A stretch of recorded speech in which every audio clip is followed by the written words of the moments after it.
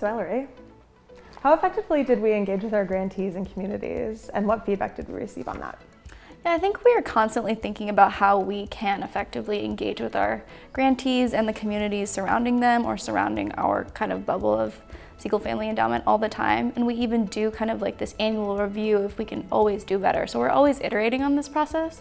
It's been really cool to see kind of a couple layers of engagement. Number one, I think our monthly, weekly check-ins with some of the grantees that we do, but also traveling across the country to all different kinds of conferences and also site visits so that we can see these people face to face and see the context in which they're working. And I think a really big centerpiece of our engagement this year has been the office hours that your team has started, which have been quarterly check-ins where people can just block off time with any of our team members to ask a question, explore a topic, kind of go deeper into what they're curious about.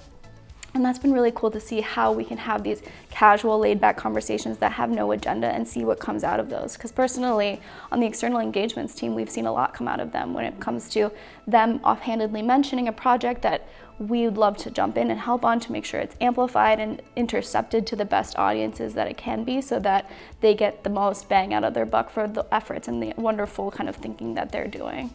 In general this year, what do you think has worked well? And then also looking towards 2025, what do you really hope to change?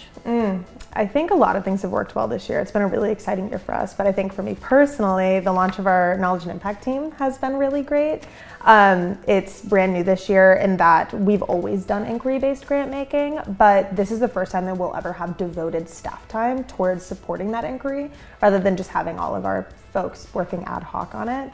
So just through that bit of time, we've created these new monitoring, evaluation, and assessment plans that are collaboratively creating learning questions with our grantees, establishing our shared goals, and figuring out what our outcomes will look like, all in a way that prioritizes curiosity over any sort of evaluative measures. And by doing that with the grantees that we've been able to start doing that with, we've deepened those relationships, and we're really excited about the learning path that we have ahead of us.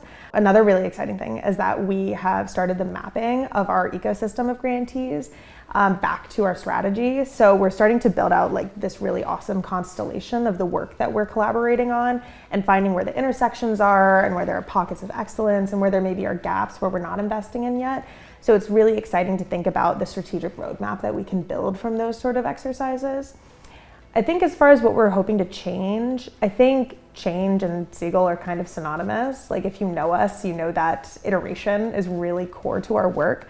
And I think that's a beautiful thing about what we do. So next year we anticipate, once we get this first round of metrics in from this new type of plan and we're able to battle test our strategy for another year, that will inevitably lead to changes. But I think that's the exciting part, is that we'll have this new level of evidence and data to back up improving our work and our processes, which is awesome.